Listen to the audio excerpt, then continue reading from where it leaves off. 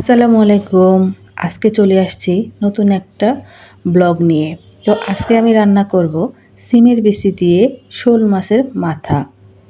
তো প্রথমেই আমি শোল মাছের মাথা আর লেজটাকে ধুয়ে নিছি। ধোয়ার পরে আমি কিছুটা হলুদ আর লবণ দিয়ে মাখিয়ে হালকা করে ভেজে নেব। এবার আমি চুলায় একটা প্যান বসিয়ে নিলাম মাছের মাথা আর লেজটাকে ভাজার জন্য।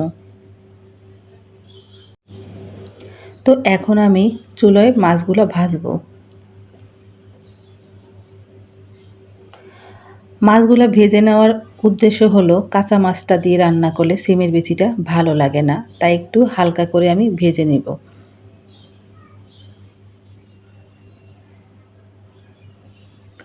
তো আমি একটা মাথা আর একটা লেজ নিছি আর সিমের বিচিও নিছি প্রায় আধা কেজির মতো।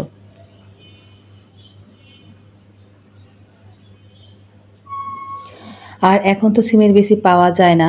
শীতের দিনে যখন সিমের বিচি পাওয়া যেত তখন আমি ছুলে ডিপ করে রেখে দিছিলাম কিছুটা সিমের বিচি, যেন আমি পরে আবার খেতে পারি। সব সময় তো আর 12 মাস সিমের বিচিটা পাওয়া যায় না, এই জন্য।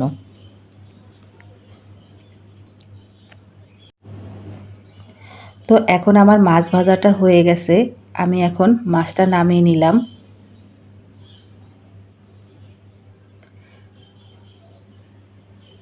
এখন আমি এখানে পেঁয়াজ আর কাঁচামরিচ দিয়ে দিলাম।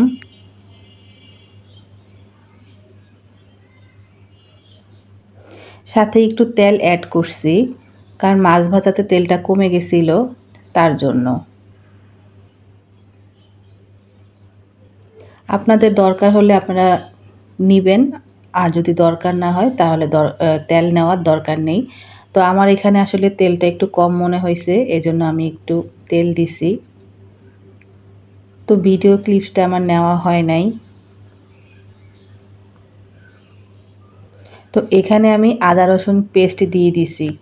2 টেবিল চামচ রসুন বাটা দিছি আর 1 টেবিল চামচ আদা বাটা দিছি। এখানে পেঁয়াজও আমি ব্যবহার করছি আধা কাপের মতো।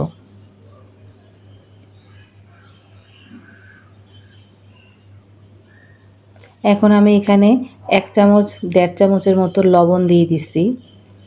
তো লবণটা আসলে আপনাদের স্বাদ অনুযায়ী দিবেন। এখানে আমি 1 চা চামচ হলুদের গুঁড়া দিছি। এখন আধা চামচ দিয়েছি মরিচের গুঁড়া।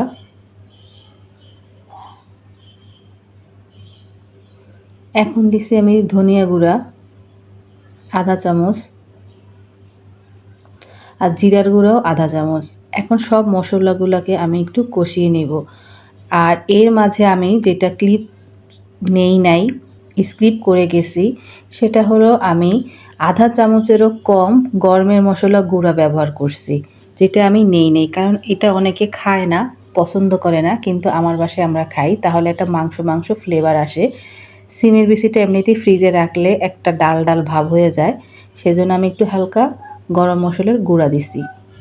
এখন আমার মশলাটা কষানো শেষ। তো কষানো যেহেতু শেষ, এখন আমি মাছগুলোকে একটু কষায় নেব।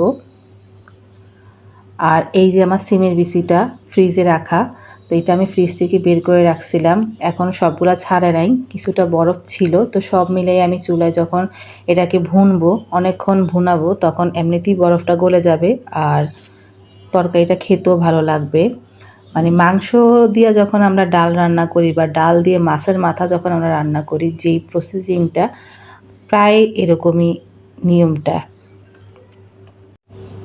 তো এখন আমি নেড়ে চেড়ে নিব, ভালো করে কষিয়ে নিব। এটা থেকে পানি বের হচ্ছিল, তো আমি পানিটা শুকানো পর্যন্ত এটাকে আমি কষাবো। আর আগে আপনাদেরকে একটু বলে রাখি, ভিডিওটা টানবেন না, সম্পূর্ণ ভিডিওটা দেখলে আপনার রান্নাটাও সুবিধা হবে করতে, আপনি বুঝবেন। তো এখানে আমি গরম পানি ব্যবহার করব যেহেতু, তো আমি অন্য একটা কড়াইতে গরম পানি করে নিব। গরম পানি করলে যেই কোনো তরকারি স্বাদটা ঠিক থাকে। তো এখন আমি কড়াইতে পানি বসিয়ে নিব। পানিটা গরম হয়ে গেলে আমি ওই কড়াইতে আমার তরকারিটা দিয়ে দিব। তো পানিটা প্রায় ফুটে গেছে। এখন আমি আমার তরকারিটা ঢেলে দেব।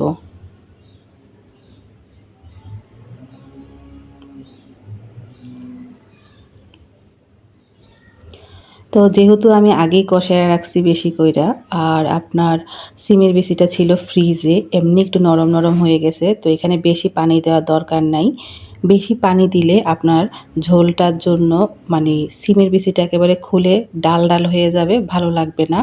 আর আমি সিমের বিচিটা একটু আস্তে আস্তেই রাখবো, যার জন্য আমি গরম পানি ব্যবহার করছি। এখন আমি একটু ঢেকে দিব। তো ঢেকে দেওয়ার পর এখন তরকারিটা পুরো ফুটে গেছে, আর মোটামুটি ভালোই সিদ্ধ হয়ে গেছে। এই যে আমার তরকারিটা ফুটে গেছে। তো ফুটে যাওয়ার পর বেশিক্ষণ রাখতে হবে না, আমি অনেকক্ষণ কষাইয়া এটাকে আগেই বেশি বেশি করে সিদ্ধ করে ফেলছিলাম। এই যে আমার তরকারিটা প্রায় হয়ে গেছে। এখন আমি এখানে কিছু ধনিয়াপাতা অ্যাড করব। আর আমার চ্যানেলটা যদি আপনাদের ভালো লাগে আর আপনারা যদি ভালোবেসে থাকেন, তাহলে অবশ্যই লাইক কমেন্ট শেয়ার করে পাশে থাকবেন। আর কেমন লাগলো সেটা আমাকে কমেন্ট বক্সে জানাবেন। আর আমার মতো করে কে কে ট্রাই করছেন সেটাও বলবেন। এই যে আমি দেখিয়ে দিচ্ছি যে আমার সিমের বিচিটা সিদ্ধ হয়ে গেছে, কিন্তু আমার সিমের বিচিটা সিদ্ধ হওয়ার পরেও আস্তে আস্তেই থেকে যাবে। আমি এটাকে একেবারে গলিয়ে ফেলবো না, গলিয়ে ফেললে এটা একেবারে ডাল ডাল হয়ে যাবে। তো এখানে তো আমি ধনিয়াপাতা দিয়ে দিলাম, আমার রান্নাটা প্রায় শেষ। এখন আপনাদেরকে আমি একটু ভালো করে দেখিয়ে দেই। ভালো থাকবেন সবাই, আল্লাহ হাফেজ।